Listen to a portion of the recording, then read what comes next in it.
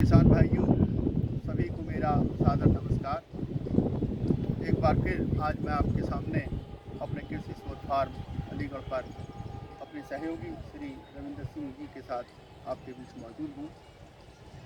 और आज मैं आपको मिट्टी की सेहत के बारे में कुछ ज़रूरी बात बतानी चाहता हूँ।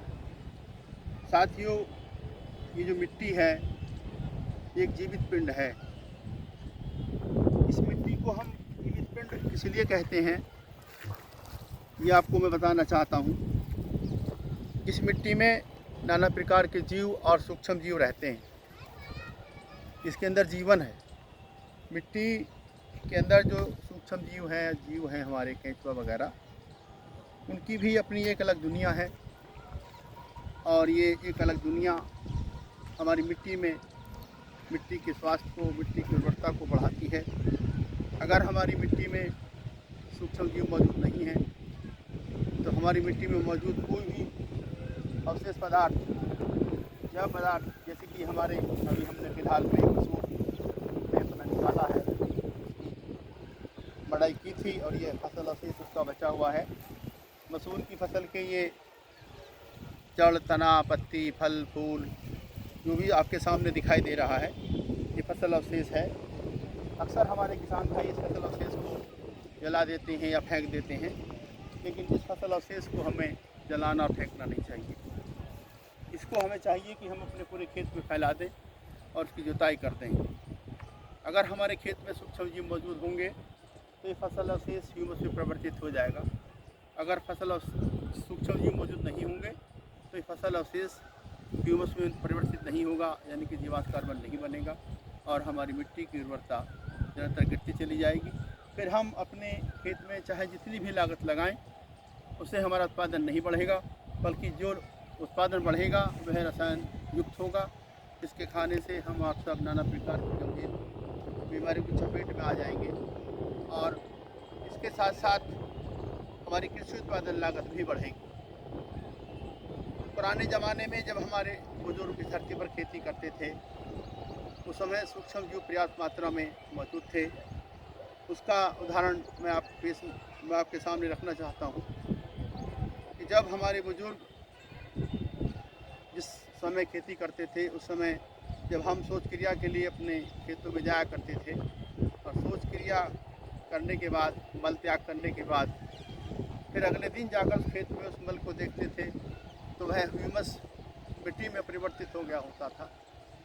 लेकिन आजकल अगर हम अपने खेत में शौच क्रिया के लिए जाएं और मल त्याग करके आएँ और फिर अगले दिन जाकर देखें तो वह मल यूँ का त्यों पड़ा रहता है या सूख जाता है। मतलब ये कि पहले वो मिट्टी में परिवर्तित हो जाता था, लेकिन अब नहीं होता है। इसका मतलब ये है कि पहले सूक्ष्म जीव हमारी मिट्टी में मौजूद थे, अब मौजूद नहीं है। हमें सबको चाहिए कि हम अपने खेतों में कीटनाशी रसायनों का प्रयोग करना बंद करें, क्योंकि हमने अपने खेतों में, अपनी फसलों में रासायनिक उर्वरकों का, कीट रसायनों का इतना ज़्यादा से ज़्यादा बिना सोचे समझे अनजाने में इतना प्रयोग किया है कि हमने अपनी धरती की, मिट्टी की कोख को तंदूर बना डाला है। उसी की वजह से हमारी मिट्टी में रहने वाले जो सूक्ष्म जीव सब मरे हैं। इसलिए हमें चाहिए कि हम उन सूक्ष्म जीवों को पुनः अपनी मिट्टी में पहुंचाएं। और उसका पहुंचाने का तरीका ये है कि सूक्ष्म जीव आपको अपने गांव के किसी पुराने बड़ के पेड़, पाकड़ के पेड़, पीपल के पेड़ के नीचे से मिलेंगे, या आपके गांव के पास कोई जंगल है उसकी नीचे ये आपको सूक्ष्म जीव वहाँ की मिट्टी में मिलेंगे।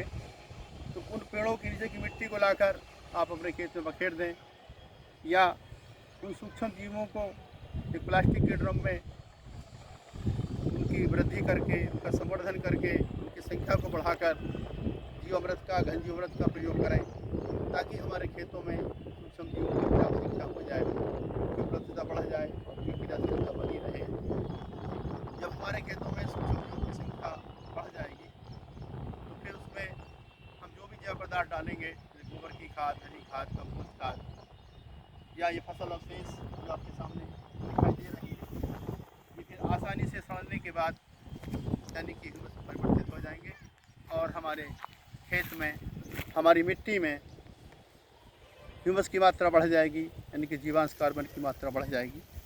जो मौजूदा वक्त में हमारे खेत में जीवांश कार्बन की मात्रा 0.3 है, वो धीरे धीरे बढ़ने के बाद 0.81% तक पहुंच जाएगी। और जब ये स्थिति होगी कि हमारे खेतों में जीवांश कार्बन की मात्रा 0.8 से 1% के बीच पहुँचेगी, तो फिर हम उस खेत में कोई भी फसल बोएँ तो उसको बोने के लिए हमें किसी भी तरह के रासायनिक उर्वरकों का urea, DAP, potash, zinc sulphate, sulphur देने की ज़रूरत नहीं पड़ेगी।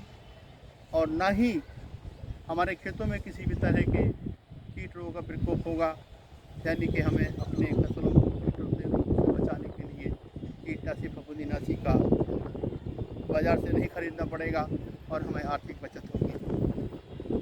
जब हमारे खेतों में जीवांश कार्बन की मात्रा पर्याप्त मात्रा होगी तो हमारी मिट्टी की भौतिक, रासायनिक और जैविक में सुधार होगा। हमारी फसलों में पानी की भी कम आवश्यकता होगी, यानी कि हमें पानी की बचत होगी, अर्थात हमें भूगर्भ जल की बचत होगी। हमारे प्राकृतिक संसाधन क्षीण होने से बच जाएंगे, हमारी जैविकता मजबूत रहेगी, हमारा भोजन, हवा और पानी भी प्रदूषित होने से बच जाएगा, हमारा पर्यावरण भी प्रदूषित होने से बच जाएगा, हमारी कृषि उत्पादन लागत कम आएगी और जो उत्पादन हमें प्राप्त होगा वह गुणवत्तापूर्वक होगा, जिसके खाने से हम आप सब नाना प्रकार की गंभीर बीमारियों की चपेट में आने से बच जाएंगे।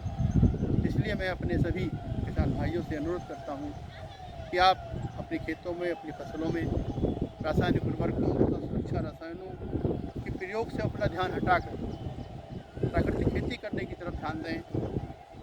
खेती करने के साथ साथ पशुपालन अवश्य करें। अपने खेतों में गोबर की खाद का प्रयोग करें, हरी खाद का प्रयोग करें, जैव उर्वरकों का प्रयोग करें, जीवामृत का प्रयोग करें, जीवामृत का प्रयोग करें और अपने खेतों में अपने परिवार की आवश्यकताओं के अनुसार अपनी मिट्टी की सेहत को ध्यान में रखते हुए फसल चक्र को अपनाकर परंपरागत तरीके से खेती करें। अगर हम ऐसा करते हैं तो फिर हमें और हमारे बच्चों को इस धरती पर हमेशा हमेशा शुद्ध भोजन, शुद्ध हवा, शुद्ध पानी निरंतर मिलता रहेगा और ये हमारी प्राकृतिक खेती निरंतर रूप से चलती रहेगी और हम इस धरती पर खुशी के साथ जी सकेंगे। साथियों, आपने मेरी वीडियो को सुना। अगर आपको मेरी वीडियो अच्छी लगे तो आप अपने साथियों में, अपने किसान भाइयों में, अपने दोस्तों में शेयर करें। साथ ही हमारे खेती और प्रकृति के चैनल को सब्सक्राइब कर लें ताकि आगे आने वाली हमारी वीडियो आपके पास आसानी से पहुँचती रहे। सभी का बहुत बहुत धन्यवाद।